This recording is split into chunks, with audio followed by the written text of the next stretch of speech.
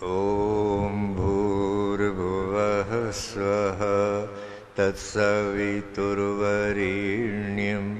भर्गो देवस्य धीमहि धियो यो नः प्रचोदयात्। ॐ अभयं मित्रादभयं मित्रादभयं ज्ञातादभयं परोक्षात् अभयं नक्तमभयं दिवाना सर्व आशां मित्रं भवन्तु।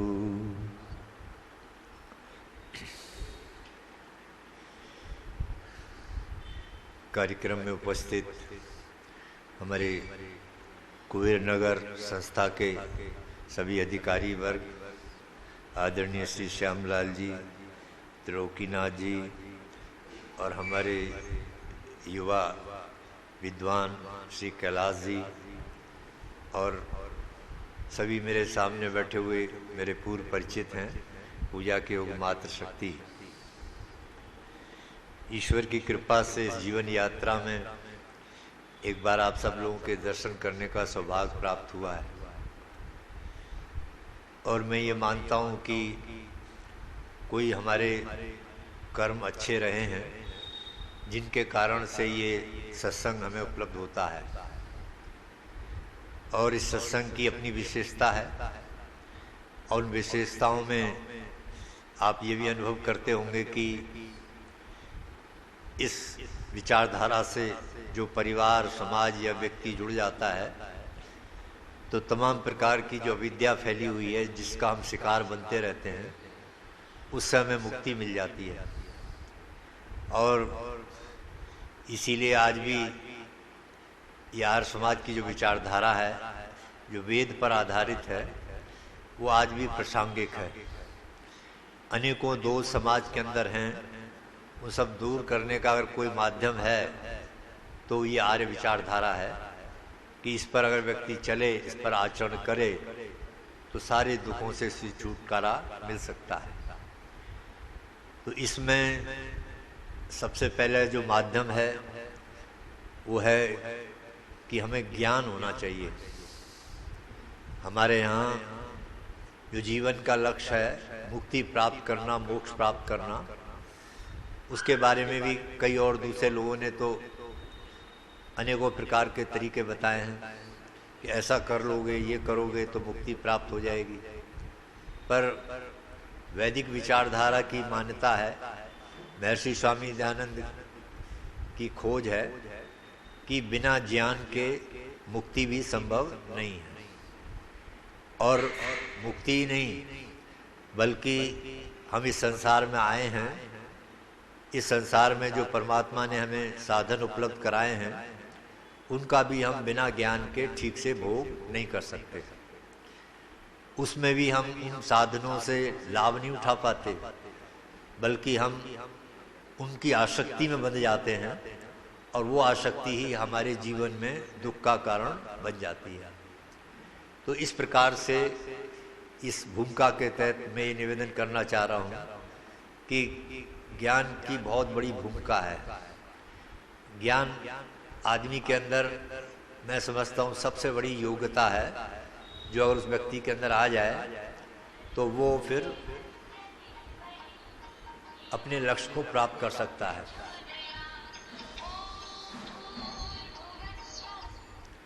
अपने लक्ष्य को प्राप्त कर सकता है। और अगर ज्ञान नहीं है तो हम अच्छी चीज़ों से भी पूरा लाभ नहीं उठा पाते। तो इसी कड़ी में अपने अपने स्वाध्याय के आधार पर फिर थोड़ा रुचि को देखते हुए, अवस्था को देखते हुए भी उपदेश जो है वो सबके लिए एक सा नहीं होता। विद्यार्थियों के लिए कुछ और उपदेश होता है, गृहस्थियों के लिए कुछ और उपदेश है, और जो साधक प्रवृत्ति के लोग हैं जिस उम्र में हम और आप सब लोग हैं इनके लिए कुछ और उपदेश है। तो आयु को देखकर, योग्यता को देखकर ही उपदेश दिया जाता है और लिया जाता है। तो मैं ये समझता हूँ कि हम आप सब जो एक साधक प्रवृत्ति के लोग हैं और सब संसार को भली भांति आपने जान लिया अच्छी तरह से, तो अब इस बंधन से कैसे मुक्त हों, वो कौन सा ज्ञान है जिसकी हमें ज़रूरत है, और जिसके द्वारा हम यथार्थ ज्ञानी बन सकते हैं। तो उसमें बहुत से सूत्र हैं, बहुत सी बातें हैं। तो क्रमशः आपके बीच में लगभग 1 महीना रहेंगे, तो विभिन्न विषयों पर, विभिन्न चीज़ों पर चर्चा करेंगे। और आपके अंदर भी कुछ विचार उठते होंगे, आपकी भी जिज्ञासा होगी, कोई चीज़ समझ में, भ्रम में है, तो वो भी आप मुझे अवगत करा सकते हैं। मैं उस पर अगले दिन उस पर चर्चा आपके हिसाब से कर सकते हैं, क्योंकि ज्ञान का आदान प्रदान से ही योग्यता बढ़ती है। दूसरी बात यह है कि हमेशा हमें विद्यार्थी बने रहना चाहिए। विद्यार्थी, कई विद्वानों के नाम के आगे भी देखा है हमने, गुरुदत्त विद्यार्थी। गुरुदत्त जी बहुत बड़े विद्वान थे, लेकिन उन्होंने अपने नाम के आगे विद्यार्थी सब जोड़ा। इसका क्या अभिप्राय है? इससे हमें बहुत बढ़िया प्रेरणा मिलती है कि हम कभी भी अपने आप को पूर्ण ज्ञानी ना मानें। कितना भी सीख लें, कितना भी ज्ञान प्राप्त कर लें, पर मनुष्य जो है वो कभी सर्वज्ञ नहीं हो सकता। तो इसीलिए उसे विद्यार्थी बनकर ही हमेशा नया सीखने के लिए, नई जानकारी, और जो हम कर चुके हैं उसकी पुनरावृत्ति हो, बार बार वो दोहराई जाए, तभी हमारे जीवन का वो भाग बनती है। एक समझाने के लिए एक उदाहरण है, जब घर में हमारे बच्चे होते हैं छोटे, तो बचपन में माता पिता उनको कहते हैं बेटे पढ़ो, होमवर्क करो। अब आप विचार कीजिए, क्या एक बार के कहने से वो बच्चा होमवर्क करना शुरू कर देता है? नहीं करता। एक दिन के नहीं, कई साल लग जाते हैं, बार बार माँ बाप उसको कहते हैं बेटे पढ़ो, होमवर्क कर लो, ये बताते बताते, तब बहुत कई सालों बाद वो विचार जो है, वो ज्ञान उसके जीवन का भाग बन जाता है। और तब परिस्थिति दूसरी होती है वहाँ, कि रात को हमारी आँख खुली, अब हम देखा 12 बज रहे हैं, 1 बज रहे हैं, तो बच्चे पढ़ रहे हैं। तब हम देखो उनको सुझाव देते हैं बेटे आराम करो, नींद भी जरूरी है ना, नहीं तो स्वास्थ्य खराब हो जाएगा। तो ये जो अवस्था आई, ये क्या एक दिन के कहने से आ गई? ये बहुत टाइम लगा इसके लिए। कितना समय बार बार वो विचार दोहराया गया, बार बार उसके सामने, तब वो उसके जीवन का भाग बना है। यही अध्यात्म के क्षेत्र में भी यही है। हमारा सूत्र भी, दर्शनकारों ने भी, योग दर्शन में एक सूत्र आया है, वहाँ स्पष्ट कर दिया है उन्होंने, और वह 3 बातों का उल्लेख किया गया है कि इस लाइन पर अगर चलना चाहते हो तो पहले मन में ये विश्वास, ये धारणा बना के रखो कि ये कार्यक्रम एक दिन का कार्यक्रम नहीं है। तो वह सूत्र आया है, पहले ही लिखा है दीर्घकालीन। ये जो योजना है, ये जो लक्ष्य है, ये जो प्रोसेस जिसको आप कह सकते हो, ये क्या है? दीर्घकालीन है।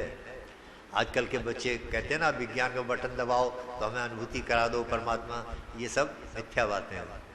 ये लंबे समय के बाद, और लंबा भी समय कितना है, कई बार तो यहाँ तक है कि इस जन्म में संभव ही ना हो पाए ये चीज़ कि हम मोक्ष प्राप्त कर लें, मुक्ति प्राप्त कर लें। तो इसके लिए कई जन्म लग जाते हैं, कई जन्मों के जात, तब ये हम ज्ञान से जुड़ने के बाद और इस अविद्या से अपने आप को मुक्त कर पाते हैं। तो इसलिए कहा दीर्घकालीन कार्यक्रम है। और दूसरा निरंतरता, कंटिन्यूटी। यानी दूसरी बात क्या है कि ये कार्यक्रम ऐसा नहीं है कि आज कर लिया फिर छोड़ दिया, 15 दिन बाद फिर करना शुरू कर दिया, इससे भला होने वाला नहीं है। वो विचार पकेगा नहीं इससे, उसके लिए निरंतरता चाहिए। तो उसका परिणाम क्या होगा कि भगवान ने हमारे शरीर की रचना ऐसी बनाई है कि वो एक आदत का रूप पड़ जाता है शरीर के अंदर। जब ठीक वही चीज़ बार बार दोहराई जाती है, बार बार दोहराएंगे, बार बार करेंगे, तो क्या होगा? कहते हैं इसकी तो आदत बन गई है। तो आदत बन गई, तो अब आदत में क्या होता है कि कोई बिना किसी चेष्टा के भी हम वो करने के लिए विवश हो जाते हैं। बोले यार क्या करूं, मैं तो नहीं चाह रहा था, लेकिन मेरी आदत बन गई इसलिए मैंने कर दिया ये। तो ये हर क्षेत्र में तो बता रही है ना। तो निरंतरता, रोज ठीक एक समय निर्धारित हो, इस समय पर बैठेंगे, परमात्मा का चिंतन करेंगे, 15 मिनट 20 मिनट जो भी अपना है जाप करेंगे, तो ये निरंतरता में चलना है। और तीसरी बात क्या लिखी? वह है सत्कार पूर्वक, यानी ऐसे नहीं, पहले मन में श्रद्धा भाव होना चाहिए। बिना श्रद्धा के कहीं भी किसी भी क्षेत्र में सफलता नहीं मिलनी। तो श्रद्धा क्या के लिए? उसके लिए हाँ ये ज़रूर है, हमारे यहाँ जो वैदिक फिलॉसफी वो कहती है पहले अच्छे से ज्ञान प्राप्त कर लो, किसी के बारे में पूरी जानकारी कर लो। जब उसके बारे में आपकी आत्मा और सारी कसौटियों पर जब आप सफल हो जाओ, तब उस पर श्रद्धा रखो। इसी को आप प्रमाण भी कहते हैं हमारे दर्शनकारों में। आप प्रमाण मतलब जो ऋषि मुनियों ने, तपस्वियों ने, जैसे स्वामी दयानंद क्या हैं, हमारे लिए आप प्रमाण हैं। उनके द्वारा जो बात कही गई है, जो विचार दिया गया है, वो आप प्रमाण की संज्ञा में है। समझ ना। तो इसी प्रकार से ये स्थिति हो तो इसको कहते हैं सत्कार पूर्वक, श्रद्धा के साथ। वेद में तो यहाँ तक जब हम यज्ञ करते हैं अग्निहोत्र, तो उसमें भी बड़ी सुंदर प्रेरणा दी गई है। श्रद्धा अग्नि समुद्धते श्रद्धाम हुए ते हवि। ये मनुष्य तो जीवन में सफलता प्राप्त करना चाहता है तो श्रद्धा के साथ अग्नि को जला, श्रद्धा अग्नि समिध्यते, और उसके बाद इसमें आहुति संविदा जो है वो श्रद्धा के साथ चढ़ा। तो श्रद्धा जो है वो बहुत बड़ा स्थान रखती है। तो ये तीन माध्यम लेकर तब इस लाइन का पथिक बनता है व्यक्ति, ये उसके लिए आवश्यकता है। तो इसमें अपने अपने ढंग से विद्वानों ने हमारा मार्गदर्शन किया है। तो आज मैं आपको थोड़ी सी कड़ी से जोड़ता हूँ कि एक हमारे क्लेशों में वर्णन है इसका, क्लेशों में भी, और वो क्लेश 5 क्लेश हैं जो हमें परेशान करते रहते हैं, जिनके कारण से हम अच्छे रास्ते पर चल नहीं पाते। उसमें मुख्य तो अविद्या ही है ना, लेकिन उसमें एक और है उसके बाद, अविद्या के बाद दूसरा नंबर। अविद्या के बारे में आप सुनते रहते हैं, मैं भी बाद में इस पर प्रकाश डाल देंगे। पर उसके बाद है अस्मिता। ये अस्मिता क्या होता है, तो इसके बारे में ज्ञान होना बहुत जरूरी है। ये भी हमारे अध्यात्म का एक मूल मंत्र है कि हम अस्मिता, अस्मिता का सीधा अर्थ ये होता है कि हम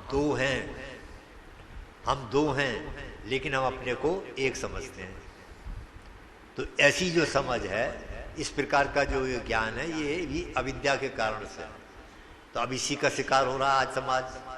आज आप देखें विशेषकर जो भौतिक विज्ञान के बच्चे हैं समाज में, तो वो उनकी जो सोच है वो इसी दोष के कारण से क्या है, वो कहते हैं अब हमारी सोच क्या बता रही है कि हम ये हैं। अस्मिता का अभिप्राय है कि हम दो हैं लेकिन अपने को एक मानना है। जैसे ये शरीर है, अब एक सोच तो ये है कि ये शरीर को ही हम सब कुछ मानते हैं, शरीर ही सब कुछ है। एक विचारधारा देखो ये है, लेकिन दूसरी विचारधारा ये कहती है कि ये शरीर के साथ साथ एक अंदर और भी चीज़ है, और वो कहीं ज़्यादा पावरफुल है, वो आत्मा है। तो शरीर अलग हो गया और आत्मा अलग हो गया। ये ज्ञान अगर हमारे यहाँ होगा, हमारे दिमाग में, तो उपासना हमारी ठीक से कर पाएंगे और बहुत से दोष दूर हो जाएंगे। लेकिन वो ये रहा है कि अधिकांश आज शिक्षा का प्रभाव है, जो विदेशी शिक्षा ही, कि वहाँ यही पढ़ाया जाता है कि नहीं आत्मा परमात्मा कुछ नहीं होता। परमात्मा को भी नहीं मानते वो लोग। उनका जो दायरा है वो केवल जो प्रत्यक्ष है। प्रत्यक्ष क्या होता है, जो इंद्रियों के रेंज में है, जो इंद्रियों से अनुभव होता है, केवल वो उसे स्वीकार करते हैं। ऐसी तमाम चीज़ें ऐसी हैं जो हमारी इंद्रियों की रेंज से बाहर हैं, लेकिन अपनी जिद के कारण एक लाइन उनको मिली है, वो उनको स्वीकार करने को नहीं तैयार। घुमा फिरा कर वो अपने शरीर पर ही या जड़ प्रकृति के ही उपासक बनते हैं। तो ये जो स्थिति है, ये हमारे मार्ग में बहुत बड़ी रोड़ा है, अज्ञानता है। तो हमारे ऋषि मुनियों ने, विद्वानों ने कहा कि पहले तो इस बात को समझो कि मैं एक नहीं हूँ, मैं दो हैं। अपनी सत्ता को स्वीकार करो। थोड़ा विषय की रोचकता की दृष्टि से देखो, महर्षि स्वामी दयानंद के जीवन की भी यही झलक है। महर्षि स्वामी दयानंद जब गुरु विरजानंद की कुटिया में पहुँचे, कई बार आपने सुनी होंगी, पर ये विषय से जोड़ती हैं चीज़ें तो रोचक समझ में आ जाती है। तो वहाँ जब पहुँचे तो दरवाज़ा बंद था, दरवाज़ा खटखटाया तो अंदर से आवाज़ आई, भाई कौन है? तो अब वहाँ ये नहीं कहा कि मैं दयानंद हूँ, व्याकरण पढ़ने आया हूँ, है ना, सच्चे शिव को जानने के लिए आया हूँ। तो क्या उत्तर दिया बाहर से जब उन्होंने कहा कि कौन है? तो उन्होंने ये कहा, भगवान मैं यही जानने के लिए तो आया हूँ कि मैं कौन हूँ। अब आप देखिए कितना विलक्षण उत्तर था ये। और कहते हैं इतिहासकारों ने लिखा, इसी उत्तर को सुनकर गुरु विरजानंद बहुत कठोर थे अपने अनुशासन में। वो सन्यासी को पढ़ाते नहीं थे ज़्यादा, लेकिन इसी से प्रभावित हो गए और उन्हें अपना शिष्य बनाना स्वीकार कर लिया। तो कहने का मेरा अभिप्राय ये था कि ये भी एक विषय है कि मैं कौन हूँ, और इसी में तो आप देखें संसार के अंदर, और देखो इसी का एक समर्थन हो रहा है। जब हमारा जन्म होता है तो जात कर्म संस्कार कराते हैं बच्चे का। तो जात कर्म संस्कार में क्या क्रिया होती है? पहली क्रिया तो ये होती है कि शहद से, सोने की सलाखा से जिह्वा पर ओम लिखाया जाता है। पिता लिखता है ऐसी भावना के रूप में, तो एक तो उसके सामने कोर्स रख दिया बच्चे के, एक सिलेबस आ गया हमारे सामने कि हमें जीवन जो परमात्मा ने दिया है, मेरा जन्म हुआ है, इसमें क्या क्या मुझे करना है। तो पहले तो ये रख दिया कि भाई ओम परमात्मा को अगर बिना जाने तुम चले गए, बिना उसकी, तो बहुत बड़ा नुकसान हो गया, बहुत बड़ी हानि हो गई। उसके अगर स्वरूप को हम नहीं अनुभव कर पाए, उसकी अनुभूति नहीं कर पाए, तो बहुत बड़ा नुकसान हुआ। ये पहले नंबर पर है। दूसरे नंबर पर आप पिता के द्वारा उसके कान में कहलवाता है पुरोहित, को असी कतमो असी को नामासी, अर्थात पहला ही, उसके बाद जो है ईश्वर को जानने के बाद अगर कोई विषय है जो हमें जानना है, जिसके लिए हमें परिश्रम करना है, वो क्या है, को असी, मैं कौन हूँ, है ना, मैं कौन हूँ। तो ये जो विषय है, तो अब भ्रमित है। देखो इसी आधार पर सारा समाज, अब एक वर्ग ऐसा पैदा हो गया समाज के अंदर, उसने ये मानना स्वीकार कर दिया और इसी का प्रचार किया गया कि आत्मा आत्मा कुछ नहीं होती, क्योंकि वो आत्मा इंद्रियों के विषय में नहीं आती, आँख कान का विषय ही नहीं है आत्मा, तो इसीलिए वो उसको स्वीकार नहीं करते। बोले बस शरीर ही सब कुछ है, शरीर से ही सब काम हो जाते हैं। और आज के बच्चों को यही पढ़ाया गया जा रहा है विज्ञान के क्षेत्र में। वो कहते हैं शरीर, आत्मा कोई चीज़ नहीं। बोले शरीर कैसे काम करता है, तो अपने ढंग से देखो उन्होंने समाधान और उदाहरण देने शुरू कर दिया। वो कहते हैं शरीर को एक मशीन की तरह समझो, मशीन है शरीर। और उदाहरण क्या देते हैं इस विषय को अपनी बात अपने पक्ष में, बोले जैसे आप रेलवे स्टेशन पर जाओ या रोडवे पर जाओ तो वहाँ मशीन लगी होती है, वो मशीन की है वजन तोलने वाली, वजन तोलते हैं। तो कैसे होता है, उसमें एक सिक्का डालते हैं उसके अंदर और वो टिकट आ जाता है बाहर, तो उसको देख लेते हैं भाई हमारा कितना वजन वेट है। तो ये बोले इसी प्रकार से ये शरीर की रचना ऐसी है कि जो भी विषय इसके सामने आते हैं, ये उनके हिसाब से तंत्र का, तंत्र को मानते हैं वो लोग, उसके द्वारा ये शरीर काम करने लगता है। जैसे अभी पाँव में कांटा चुभा तो हमारे एक संवेदन तंत्र ऐसे हैं, वो मस्तिष्क से उनका कंट्रोल होता है कि वहाँ से फौरन हाथ को आदेश दिया जाता है कि कांटा लग गया है, इसको निकाल दो, कांटा निकाल देता है हाथ उठाकर। तो बोले इसी प्रकार से तो वो आत्मा को नहीं मानते, उनकी जो सोच है कि ये सब शरीर के द्वारा ही सारी रचना चल रही है, शरीर ही इस प्रकार का है कि बिना आत्मा को माने ये सब काम चलता है, तंत्र का तंत्र के रूप में स्वीकार। और जैसे वहाँ ऐसे ही बोले जो विषय आते हैं शरीर के सामने, जैसे वो बटन दबाया वहाँ पर, वो टिकट पैसे डाले तो निकल आता है, ऐसे ही सब विषय उस पर प्रतिक्रिया हो जाती है। सीधी सीधी उनकी भाषा में कहें तो कहते हैं क्रिया की प्रतिक्रिया होती है, और ये प्रतिक्रिया का जो पावर है ये शरीर के अंदर मौजूद है। तो एक इस प्रकार की सोच पैदा हो गई, और उस सोच का परिणाम क्या निकला कि हमारी युवा पीढ़ी जो विज्ञान के क्षेत्र में, सब नहीं है लेकिन कुछ अधिक कचरे, वो कहते हैं कि नहीं बस शरीर ही सब कुछ है। और इसी फिलॉसफी, हमारे यहाँ भी एक फिलॉसफी है, दर्शन है इस पर, उन्होंने भी इसी बात का समर्थन किया है। उसका क्या नाम है, चारवाक दर्शन। उसको चारवाक, स्वामी जी ने लिखा है ना, चारवाक को चारूवाक कहते हैं। चारू कहते हैं मीठा, मीठे ठक के रूप में, नहीं उसकी हर बात जो है वो मिठास से भरी हुई है, चारूवाक। और उनका व्यवहार भी ऐसे ही होता है। तो उनकी भी सोच यही है, जो हम मानते हैं कि अगला जन्म था, पिछला जन्म था, पहले जीवात्मा, वो इसको नहीं मानते, वो वर्तमान को ही सब स्वीकार करते हैं। और उनका कहना ये है कि बस यही जीवन मिला है, ये शरीर मिल गया है, खाओ पियो मौज करो, किसी ने ना आगे देखा है ना पीछे देखा है, ये उनकी मान्यता है। और कैसे कैसे सूत्र बनाकर अपने उन्होंने प्रसारित कर दिए, यावत् जीवत सुखम जीवेत रणम कृत्वा घृतम पवेत भस्मीभूतस्य देहस पुनरागमन कुता, उनकी ये मान्यता है। और कहते हैं जब तक जियो ठाठ से जियो, है ना, अपने पास अगर नहीं है तो कर्ज लेकर घी खाओ, माल हुआ खाओ, खूब माल उड़ाओ, बोले किसी को देना थोड़ी है वापस करना, क्योंकि आगे पीछे कुछ है ही नहीं उनकी मान्यता से।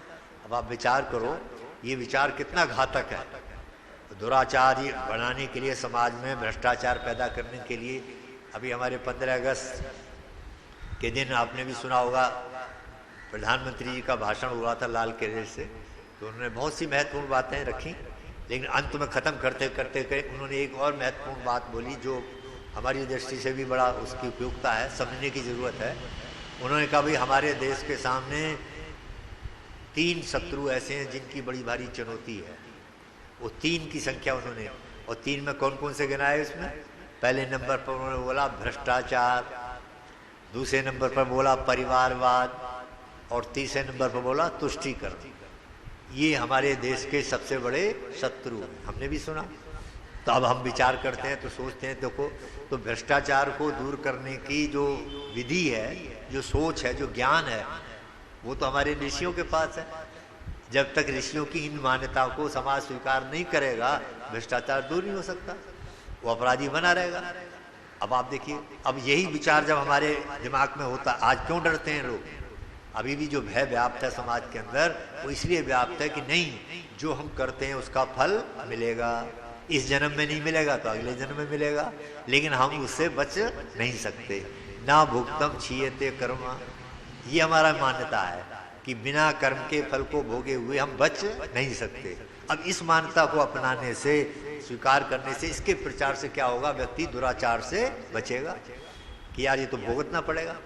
मैं तो कई बार समझाने के लिए कहता हूँ ना कि हमारे आज भी आप देखो, हम लोग यात्राएं करते हैं, आप भी बहुत सी जगह यात्रा करते हैं, आपकी कहीं फैक्ट्री है, दुकान है, उसकी कौन सुरक्षा कर रहा है?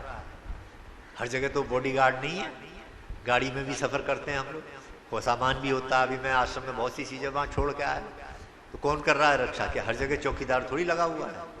वो चौकीदार, उसकी रक्षा आज भी मैं कह रहा हूँ, कुछ तो कानून का डर है, लेकिन 35% मैं मानता हूँ कानून का है, लेकिन बाकी कैसे सुरक्षा हो रही है? 65% आज भी हमारे समाज की सुरक्षा, हमारे सामान की सुरक्षा, हमारी संपत्ति की सुरक्षा, ये विचार कर रहा है। कौन सा विचार? ये विचार है लोगों में, हमारे जीवन में संस्कार है कि नहीं भाई, अगर हम चोरी करेंगे तो उसका फल जरूर देगा परमात्मा, उससे नहीं बच सकते। किसी की चीज छुओगे, किसी के साथ दुर्व्यवहार करोगे, उसका फल मिलेगा। तो ये विचार से हमारी सुरक्षा हो रही है। अब धीरे धीरे इसमें कमी आ रही है। आधुनिक शिक्षा की जो भौतिक शिक्षा आ रही है, वो धीरे धीरे इसको उल्टा कर रही है। बच्चों का इधर ध्यान नहीं जा, वो अपने कहते नहीं, कर्म करें, पैसा कमाओ, कुछ नहीं, भगवान मान, कोई पूजा उपासना करने की जरूरत नहीं, कर्म करो, कर्म से सब कुछ मिल जाएगा। तो ऐसी सोच पैदा हो रही है। पर मैं ये बताना चाह रहा हूँ कि भ्रष्टाचार जैसे दोष में तो हमारे पास क्या कार्यक्रम है? ये लोग भी महर्षि स्वामी दयानंद जो वेदों की मान्यता हैं, उनको प्रचारित करके ही, उनको अपनाने से ही ये समस्या दूर हो सकती है, और कोई तरीका नहीं है। कानून आप बना लिए, क्योंकि कानून का एक दायरा है। कानून का दायरा क्या है? कानून जो है हमारे बाहर के व्यवहार को प्रभावित करता है। मैं हाथ से किसी को मारूंगा तो दंड मिलेगा, है ना, कोई किसी को। लेकिन विचार जो जन्म लेता है, अच्छा या बुरा, वो कहाँ से लेता है? उसकी शुरुआत कहाँ से होती है? वो तो मन से होती है ना। मन में विचार आता है, गंदा या अच्छा गंदा। तो मन पर तो कानून का नियंत्रण नहीं है, मन पर तो बाहर के कानूनों का कोई नियंत्रण नहीं है। तो मन पर कौन सी चीज नियंत्रण करती है? ये विचार नियंत्रण करता है कि जब हमें ये ज्ञान है कि अंदर हमारे एक ऐसी पावर बैठी हुई है ना, जो ईश्वर जिसको हम कहते हैं, भगवान कहते हैं, उसके साथ हमारा घनिष्ठ संबंध है, व्यापक का संबंध है दर्शन के भाषा में।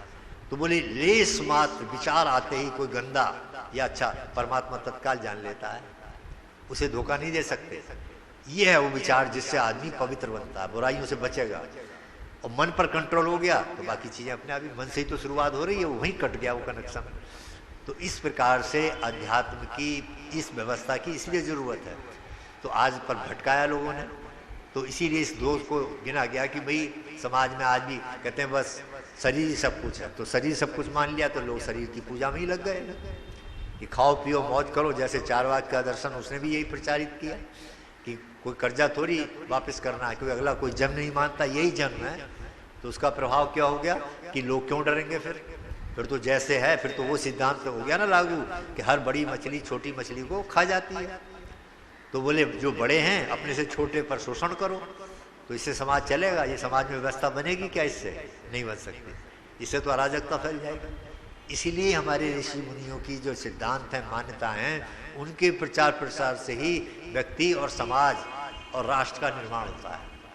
तो इसी मैंने आपको बताया कि अब अस्मिता, तो हमारी जो चिंतन है, हमारे ऋषियों की जो खोज है, साधना के लिए जो कसौटी है, उसमें बहुत बड़ी भूमिका है कि हम एक नहीं है, हम दो हैं। शरीर अलग है और आत्मा अलग है। और साथ साथ जब ये ज्ञान होगा कि दोनों, तो अब एक मानने का ही दोष को कहा जाता है अस्मिता। अस्मिता मतलब हम दो होते हुए उसको एक मानते हैं। और जब इस दोष को दूर कर लेंगे तो हम समझ लगेंगे अंदर कोई हमारे पावर है। अब देखो हमारे समर्थन में वो तो मशीन का उदाहरण देते हैं, लेकिन तमाम ऐसे प्रश्न हैं जिनका समाधान विज्ञान नहीं कर सकता जब तक अंदर उस आत्मा को, चेतना को ना माना जाए। जैसे सबसे पहला प्रमाण तो इसमें यह है कि जितनी भी चीजें परमात्मा ने बनाई हैं उनके पीछे कोई ना कोई पर्पज है, कोई उद्देश्य है। पर्पजफुलनेस, स्वउद्देश्यता जिसको कहते हैं संस्कृत के अंदर, कोई ना कोई उद्देश्य, बिना उद्देश्य के कोई भी चीज नहीं है। तो अपने शरीर पर ही हम विचार करें, भाई शरीर जो है ये और शरीर के अंदर आत्मा, ये दो मानेंगे तो इसका क्या, इसका वास्तव में पता लगता है कि शरीर क्यों बना, तो इसका उद्देश्य क्या है, इसी से देखो समझ में आ जाएगी। इसका शरीर का उद्देश्य ये है कि जीवात्मा ने परमात्मा को ये ऐसा रचना, एक साधन बना कर दिया है जिसके द्वारा ये जीवात्मा मोक्ष को प्राप्त कर सकती है। और कोई परमात्मा की सृष्टि के अंदर ऐसा साधन नहीं है, ये है इसकी उपयोगिता। तो इसीलिए परमात्मा ने यंत्र लगाए, तमाम चीजें इसके साथ जोड़ी, बढ़िया सुंदर शरीर बनाया कि अगर हम ज्ञान के आधार पर इनका प्रयोग करेंगे तो हम मोक्ष यानी जन्म मरण के बंधन से छूट सकती है जीवात्मा। मुक्ति जैसा आनंद कितना बड़ा, उसकी काल की गणना की जा रही है, 36 बार प्रलय और सृष्टि बने, इतना पीरियड है मुक्ति, समझ लो। और कमवर्ती भी हो जाता है, ये हमारे कर्मों के हिसाब से है, लेकिन बहुत बड़ा क्षेत्र है। तो उस आनंद को ठोकर मारकर, उस लक्ष्य को कर छोड़कर हम सांसारिक विषय में, जिनमें क्षणिक सुख है, क्षणिक सुख है, और सुख के बाद फिर उसमें दुखी भरा हुआ है, दुखी की अनुभूति होती है उससे, पर हम अज्ञानता के कारण, अविद्या के कारण उनसे संबंध जोड़ लेते हैं और हम दुखी होते हैं। तो इसलिए जो सही तरीका है आध्यात्म की, इसीलिए तो जरूरत है कि भौतिकवाद की जो आंधी है, जो विषय वासना की, उसको कंट्रोल करती है, ये चीज नियंत्रण करती है। आप रोड पर देखो जगह जगह स्पीड ब्रेकर लगाए होते हैं सड़क पर। ये क्यों लगाए जाते हैं स्पीड ब्रेकर? इसलिए लगाए जाते हैं कि दुर्घटना ना हो जाए, चालक जो है अपनी स्पीड को आउट ऑफ कंट्रोल ना कर दे, इसलिए उसको नियंत्रित करने के लिए स्पीड ब्रेकर लगाए जाते हैं। यही स्थिति हमारी भी है। ये भौतिक वासना जो संसार प्रकृति बनाई है, ये धन दौलत, ये सब जो लोकेशनाएं हैं, इनको कौन सी चीज कंट्रोल करेगी? हमारी अध्यात्म विचारधारा। अध्यात्म विचारधारा के जो बिंदु हैं उन पर चिंतन करने से ही हम अपनी गति को नियंत्रण कर सकते हैं। भौतिक पदार्थों को कि उनके गुलाम नहीं बनेंगे, हम उनके स्वामी बने रहेंगे। ये कब बने रहेंगे? जब अध्यात्म को हम समझते हैं।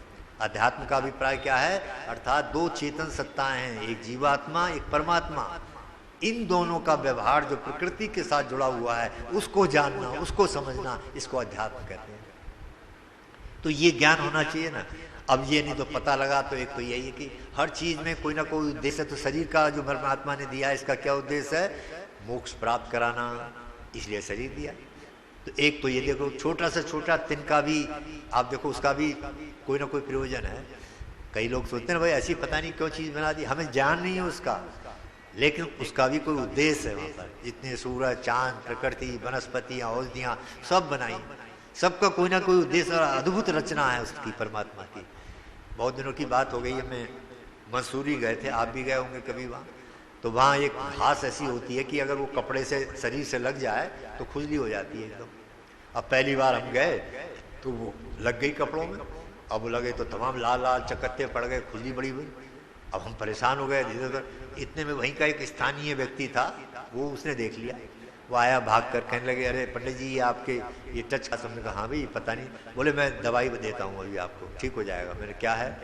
तो उसने उसी पेड़ की जड़ में एक टहना निकल रहा था हरा हरा सा, उसको तोड़कर और मसल के और हमारे लगा दिया, वो शांत हो गई सारी खुजली। तो आप देखिए, हम सोचने वाह, नहीं वहाँ पर ये है, लेकिन उसी की इलाज वहीं पर मौजूद है। तो जानकारी के अभाव में तो हम दुखी हो रहे थे, लेकिन ज्ञान है तो देखो उसी दुख को काटने के लिए वहीं दवाई मौजूद है। तो ऐसी परमात्मा की जो सृष्टि की रचना है, शरीर की हमारी रचना है, ये सब हमारे कल्याण के लिए बनाई है भगवान ने। कोई भी निरर्थक नहीं है, कोई दुख देने का प्रयोजन नहीं है ईश्वर का। पर हम उसके बीच में जो हमारे कर्मों के फल हैं, उसके आधार पर जब वो चीज़ आती है तो उसे कैसे काटना है, उसका कैसे मुकाबला करना है, वो जो उसका क्षेत्र विषय है, उन साधनों, वो उससे हम अनभिज्ञ रहते हैं, उनके आउट ऑफ टच में रहते हैं। इसलिए हम उस छोटे से भी दुख को बड़ा दुख मानते हुए सारे उसी का शिकार बने रहते हैं जीवन के अंदर। तो भगवान, तो अस्मिता का प्रभाव आज मैंने थोड़ी सी भूमिका बनाई, अर्थात हम आत्मा के स्वरूप को समझें और इसके स्वरूप को ना समझें तमाम विद्या फैलाती है। तो एक तो अभी मैंने उद्देश्यता के आधार पर, दूसरा देखो इसमें यह है कि हम देखते हैं कि पिछले काल में हम जो कर चुके होते हैं उसकी स्मृति भी रहती है। तो अगर ये मशीन की तरह काम करता है सारा शरीर, तो वो स्मृति क्यों हो रही है? वो कौन सी चीज रख रही है स्मृति, है ना, जिसको मेमोरी कहते हैं। तो वो स्मृति कहाँ से आ रही है? और अगर वो मशीन की तरह काम करना है तो फिर तो मशीन की तरह जो चीज डाली वो होना चाहिए, पर नहीं, उसके उल्टा भी देखते हैं संसार के अंदर, है ना, कार्य करते हुए देखते हैं। मशीन की तरह शरीर काम नहीं करता। मैं एक उदाहरण देकर वह चर्चा को विराम देते हैं, समय हो गया। कल्पना करो एक व्यक्ति पेड़ पर ऊपर बैठा हुआ है और पेड़ पर कुछ टहनी काट रहा है, अचानक हाथ फिसल गया उसका और नीचे गिरने लगा। जब नीचे गिरने लगा तो नीचे गिरते गिरते एक हाथ से उसने टहनी पकड़ ली। अब वो लटक रहा है नीचे और नीचे देख रहा है कि अगर ये टहनी छूट गई तो तेरा जीवन समाप्त हो जाएगा, है ना। अब सोचो लटका हुआ है वहां पर। अब कल्पना करो उसी समय एक ततैया कीड़ा जो दूसरा हाथ है खाली, इस पर काटने लगे। वो आके इस पर काटने लगे तो बोलो आप उस समय क्या होना चाहिए? अगर शरीर मशीन है तो उसे ये छोड़कर और इसे उड़ाना चाहिए, पर क्या उड़ाएगा उस समय? वो नहीं उड़ाएगा। क्यों? क्योंकि वो अनुभव कर रहा है, उसे ज्ञान हो रहा है कि मैंने अगर ये छोड़ दी ऊपर की टहनी तो मेरा जीवन समाप्त हो जाएगा। उसे बर्दाश्त करेगा। बोलो अगर शरीर मशीन की तरह काम करता है तो छोड़ देना चाहिए उसे कि यहाँ की संवेदन करो, हटाओ तो तैया को वहां जाकर। तो ये जो सोचने की ताकत है ये किस में है? आप विचार करो, ये मशीन में नहीं है। इसीलिए डेकार्ट ने लिखा ना आत्मा की पहचान के लिए, आई थिंक्स देयरफॉर आई एम। मैं सोचता हूँ इसलिए मैं हूँ। आत्मा का लक्षण है, अर्थात मेरे अंदर ज्ञान कोई परिस्थिति में मशीन की तरह ऑटोमेटिक काम नहीं करता। उसी परिस्थिति में कई बार मैं इधर काम कर लेता हूँ, कई बार इधर काम कर लेता हूँ। तो ये सोचने की क्षमता ये जड़ वस्तु की नहीं है। इसका मतलब कोई दूसरी पावर है शरीर के अंदर जिसका ये गुण है, जिसके अंदर समझने की सोचने की क्षमता है।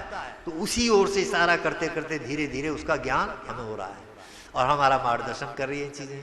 खैर अब इस विषय पर आगे विस्तार से और आपको लेकर चलेंगे। आते रहिए। मेरा ये कुछ नहीं है, ये ऋषि और विद्वानों का परिश्रम है।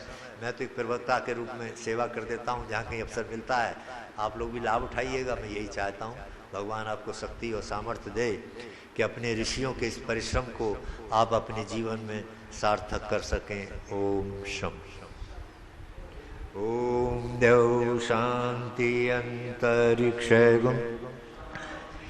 पृथ्वी शांतिराप शांतिरोषधयः शांति वनस्पतयः शांतिर्विश्वे देवाः शांति ब्रह्म शांति सर्वगं शांति शांतिरेव शांति सामा शांतिरेधि। ओम शांति शांति शांति। जो बोले सो अभय। वैदिक धर्म की जय। महर्षि देव दयानंद की जय। मर्यादा पुरुषोत्तम श्री रामचंद्र महाराज की जय हो। योगी राज श्री कृष्ण चंद्र महाराज की जय हो। भारत माता की जय हो। गौ माता का पालन हो। आर्य समाज अमर रहे। वेद की ज्योति जलती रहे। ओम का झंडा ऊंचा रहेगा। सत्यार्थ प्रकाश पढ़ा करो। सत्यार्थ प्रकाश पढ़ा करो। जीवन को नव मोड़ दो। नशा करना छोड़ दो। जीवन को नव मोड़ दो। नशा करना छोड़ दो। जो बोले सो अभय। सत्य सनातन वैदिक ध्वनि। ओ